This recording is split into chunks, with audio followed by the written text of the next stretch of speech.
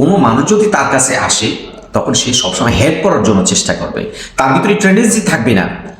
এই টেন্ডেন্সি তখনই চেঞ্জ হয়ে যায়। বর্তমানে আমরা যেটা দেখি সমাজে, যদি আপনি কোনো যে কোনো সরকারি অসহায় বেসরকারি প্রতিষ্ঠানে চাই যে কোনো একটা কাজ করার জন্য, কোনো একটা হেল্প করার জন্য, আগে আপনাকে ঘুষ দিতে হয়, আগে আপনাকে দিতে হয়। কারণ ওইখানে যে লোকটা বসা আছে সে বিশাল একটা অঙ্ক দিয়ে এসেছে, সে এখানে আগে বিনিয়োগ করেছে, এটা বলা হয় বিনিয়োগ, অর্থাৎ পুঁজি খাটাইছে ঘুষ দিয়ে। কারণ সেটা এখন সুদে আসলে উসুল করবে, এটি স্বাভাবিক। কিন্তু ইসলামিক জীবন ব্যবস্থা, ইসলামী আইন কানুন যদি মানে আপনার কি বলে বাস্তবায়িত হয়, যদি তা অনুযায়ী চলে, তাহলে এটা থাকবে না। কারণ এটা থাকার কোনোটা সুযোগই নেই, কারণ মানুষগুলো চেঞ্জ হয়ে যাবে। এভাবে যখন চলতে থাকবে, সরকারি থেকে শুরু করে বেসরকারি থেকে শিক্ষা প্রতিষ্ঠান থেকে প্রত্যেকটা সেক্টরে এই ঘুষ বাণিজ্য আর থাকবে না, চলবে না। আর এই জন্য আমাদের দেশ নয়, পুরো পৃথিবীতে বিশেষ করে যারা মুসলমান দাবি করার পরও তারা এই ইসলামী অনুশাসনটা তারা মানতে রাজি না। তারা বলে যে এই আইন চলতে পারে না, কারণ এই আইনটা ছিল সেই কালে। কিন্তু এই আইনটা এবং এই যে কোড অফ লাইফ, এই ক্যাটালগটা মুসলমানদের জন্য, মুসলিমদের জন্য, মানুষের জন্য কি জন্য দেওয়া হয়েছে? তাদের শান্তির জন্য, সমৃদ্ধির জন্য। কারণ এই ক্যাটালগ অনুযায়ী যখন চলবে, তার সমস্ত কিছুই এবং প্রত্যেকটা জায়গায় সুখ শান্তিতে সমৃদ্ধি আল্লাহ পাক করে দিবেন। কারণ সুদকে করেছেন হারাম, ঘুষকে করেছেন হারাম, এগুলো হচ্ছে অবৈধ। আর হালাল হচ্ছে হালাল পন্থা উপার্জন করা, হালাল পথে খরচ করা। কারণ হালাল উপার্জনের ভিতরে আছে বরকত। আপনি হারাম পর্যায়ে কোটি কোটি মিলিয়ন মিলিয়ন টাকার মালিক হয়, তার ভিতরে শান্তি নেই, তার ভিতরে বরকত নেই। কারণ আপনি সবসময় একটা অশান্তির ভিতর থাকবেন, যে কোনো দিক কি হোক, যে কোনো কারণে, সেটা আপনি নিজেই বুঝতে পারবেন। সো এই জন্য যখন আপনার এই পর্যায়ে আসবে, যখন আপনি এই সুদ ছাড়া ঘুষ ছাড়া যখন একটা চাকরি আপনি নেবেন, তখন আপনার ভিতরে এই টেন্ডেন্সিটা আর কাজ করবে না যে আমি বিশাল টাকা দিয়ে এসেছি, এইবার আমি যেভাবে পারবো হাতিয়ে নেব। আপনার টেন্ডেন্সি থাকবে যে হ্যাঁ, আল্লাহ পাক আমাকে এই যোগ্যতা দিয়েছেন, এতটুকু জায়গায় আমাকে এনেছেন, আমিও তো চেষ্টা করবো সবাইকে হেল্প করার জন্য, সবাইকে সহযোগিতা করার জন্য। ঠিক এভাবে ধীরে ধীরে কিন্তু একটা দেশ, একটা জাতি পরিবর্তন হয়ে যায় এবং হয়ে যাবে, যেটা আগেও হয়েছিল। বর্তমানকার পৃথিবীতে মুসলমান রাষ্ট্রগুলি আছে, ঠিক আছে, কিন্তু মুসলমান রাষ্ট্রের বেশিরভাগই রাষ্ট্রনায়ক থেকে শুরু করে যারা আছেন দায়িত্বশীল, ওরা হচ্ছেন মোনাফেক। তারা নিজের আপনার শরীরের পোশাক আশাকে বোঝায় তারা মুসলিম, কিন্তু মুসলিম ঠিক আছে মুসলমান, কিন্তু তাদের ভিতরে পুরোপুরি ভর করে আছে মুনাফিকি। কারণ তারা চায় যে ইসলামের অনুশাসনগুলো তারা মানলে তারা যে বিশাল হারাম অর্থ উপার্জন করে, এটা আর পারবে না। এত বিলাসবহুল আরামায়েশের জিন্দেগি তারা পরিচালনা করতেছেন, অন্যের হক নেড়ে নষ্ট করে, এটা পারবেন না।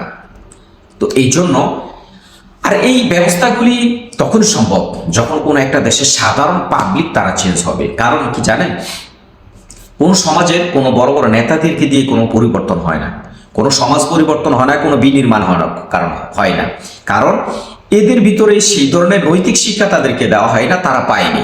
আজকে আপনার চতুর্দিকে যে একটু থাকার যে নেতাগুলি আছে, যত কারাপশন, যত ধরনের অন্যায় জুলুম তারা করে বেড়াচ্ছে, আপনাদের সমাজের যে নেতাগুলি, এদেরকে কিন্তু আমরা নিজেরাই তৈরি করেছি।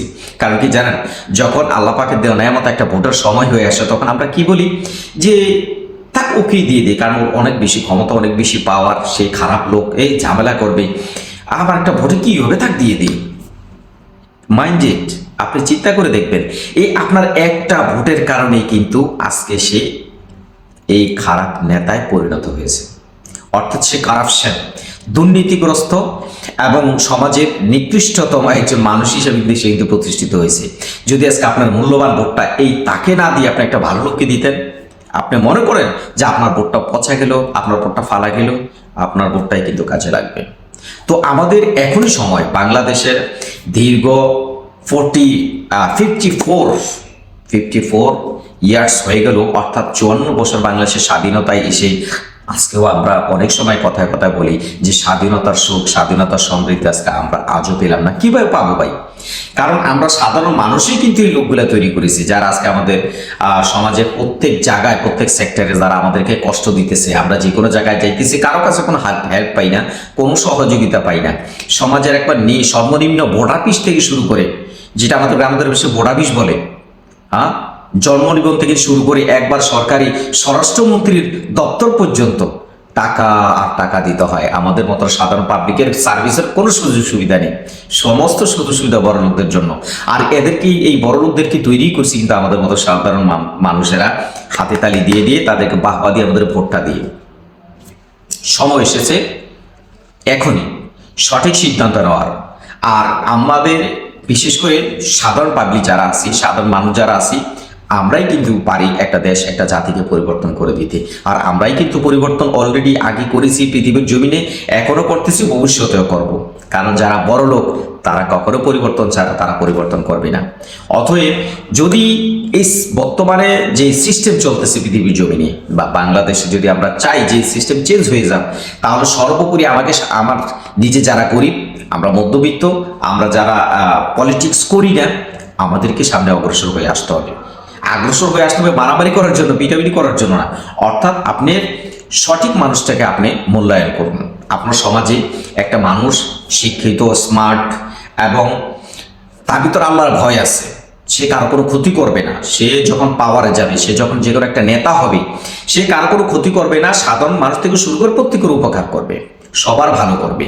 ঠিক এরকম একজন নেতা দেখেই যদি আপনি নির্বাচন করেন, তাহলে আপনার গ্রাম থেকে শুরু করে একবার মধ্য আপনার কি বলে টাউন পর্যন্ত, একবার সরকারের সর্বনিম্ন থেকে শুরু করব একবার সরকার পর্যন্ত যদি আমরা সঠিক মানুষগুলি বাড়াইতে পারি, সংসদে আমাদের নেতা তৈরি করতে পারি, তাহলে কিন্তু আমরা শান্তির আশা করতে পারি। এছাড়া এই জমিনে আমরা কখনো শান্তির আশা করতে পারি না। এর জন্য আমরা কিন্তু নিজেরাই দেয়। তো সময় এসেছে সঠিক সিদ্ধান্ত নেওয়ার, আমি নিজেকে সেভ করার, আমার ভবিষ্যৎ প্রজন্ম যাদেরকে রেখে যাব তারা কোন পরিস্থিতিতে থাকবে। ধন্যবাদ সবাইকে।